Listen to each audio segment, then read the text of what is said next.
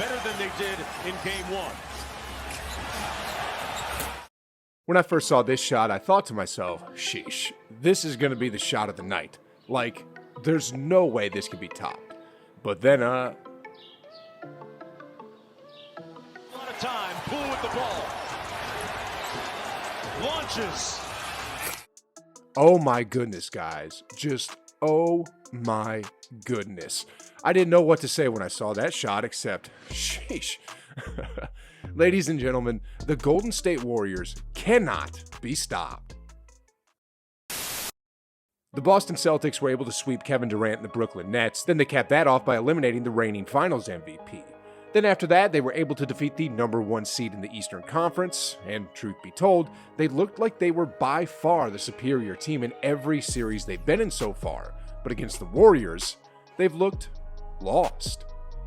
I mean, in Game 2, did y'all know that Jason Tatum set an NBA Finals record?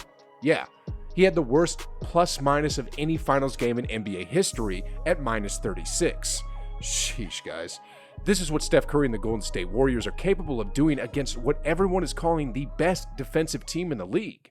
As of today, the series is tied at 1 game apiece, so you might say it's even, and it is, but at the same time, it's not. I mean, the only reason why the Celtics were able to steal a game was because of a miraculous fourth quarter where they made 9 3-point shots in a row. Aside from that 12-minute frame, the Golden State Warriors have looked consistently better on both offense and defense, and with that being said, let's take a look at how the Warriors are doing this.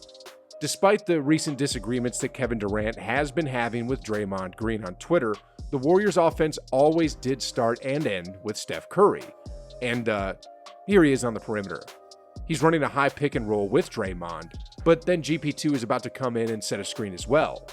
Look at what Draymond does here. He blocks out both White and Horford like an NFL player, which then leaves Curry with a wide open in-rhythm shot. If you care about winning, you'll get better on defense. The Celtics have no answer for Curry. They really don't. I mean, even their superstar Jason Tatum resorted to flopping to try and take Steph out of the game. Anyway, here's Curry again on the perimeter. This time he's matched up against Al Horford, who is decent at guarding guards on the perimeter. But against a 2-time MVP, he easily gets beat off the dribble, then when the help comes, Curry just dishes it out to the open man. Next off, Steve Kern and the rest of the coaching staff might be elated that GP2 is back in the mix. I mean, just look at this. The ball is in the air, then bounces off the rim. There's 3 green jerseys around the basket. Al Horford here stands 6'9", Tatum stands 6'8", and Brown stands 6'6". But who gets the rebound? Gary Payton II. And not only did he get the rebound, but he got the putback as well. Sheesh, guys. How does the smallest guy on the court get a rebound, then finish at the rim amongst trees? That beats me, but here's what Steph Curry said a while ago. He's the tallest 6'3" guy in the world. He plays way above his height. Defensively, he can do some pretty crazy things. And speaking of defense, did y'all see what the 2017 Defensive Player of the Year can do? Here's Draymond Green guarding Jaylen Brown on the perimeter. Just look at this.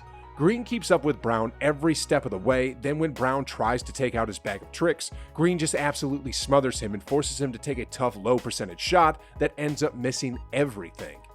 The Warriors' defense is just absolutely suffocating when they decide to turn on the switch. I mean, take a look at this. In the regular season, post-All-Star break, the Boston Celtics had a top 4 offense in the entire league, scoring 119.7 points per game, which is outrageous.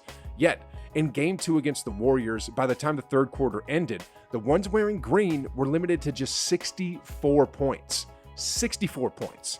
People constantly rave about what the defense of the Celtics are capable of, but look at what Golden State can do. And this was despite Jason Tatum having a hot game, shooting 6 for 9 from beyond the arc and scoring 28 points on a total of 19 shots. The crazy thing about the Warriors' defense as well is the fact that their superstar in Steph Curry, who once used to be the weak link on defense, has really leveled up his defensive game. CJ McCollum went on air after the game and said this of Curry. He's one of the most well-conditioned athletes I've ever seen, regardless of sport. Constantly moving without the basketball, constantly dribbling, constantly passing, hitting threes when he's tired, hitting threes from deep. You look at last night. Defensively, he was more engaged. He was more active. He got switched on to Al Horford, held him up in the post, and forced a tough jump hook. He was switching on Jaylen Brown, he was switching on Jason Tatum, and at times could send the double, but they were letting him hold his own on an island, which shows you the confidence Kerr, Draymond, and the rest of the staff have in him. Whether it's offense or defense, the Warriors seem to have the Celtics beat, especially in the third quarter.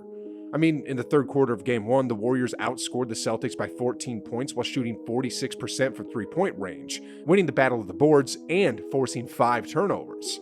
Then, in the third quarter of Game 2, it was even worse for the Celtics as they were outscored by 21 points. In this frame, the Warriors shot 7 for 12 from three-point range, won the battle of the boards, and just completely sucked the souls out of the Celtics. Because look, both Tatum and Brown never even returned to the game after that onslaught.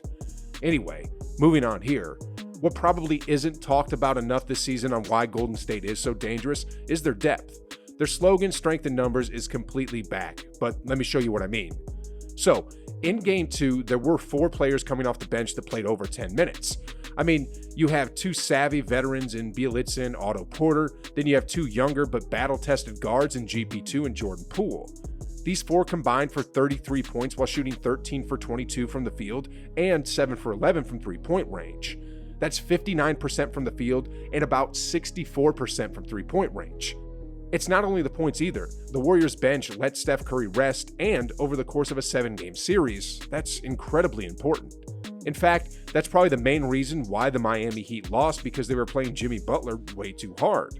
I mean, in that Game 6 win, Jimmy Buckets played 45 minutes and 57 seconds, which is practically the whole game.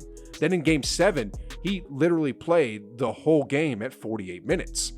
Y'all might think that players are used to this and that they're conditioned well to play these types of minutes, but let me refresh your memory a bit. Back in 2015, when the Warriors were up against the Cavaliers, LeBron literally carried that team as far as he possibly could, and as a result, he had cramping issues and ended up having to take an IV treatment after the game.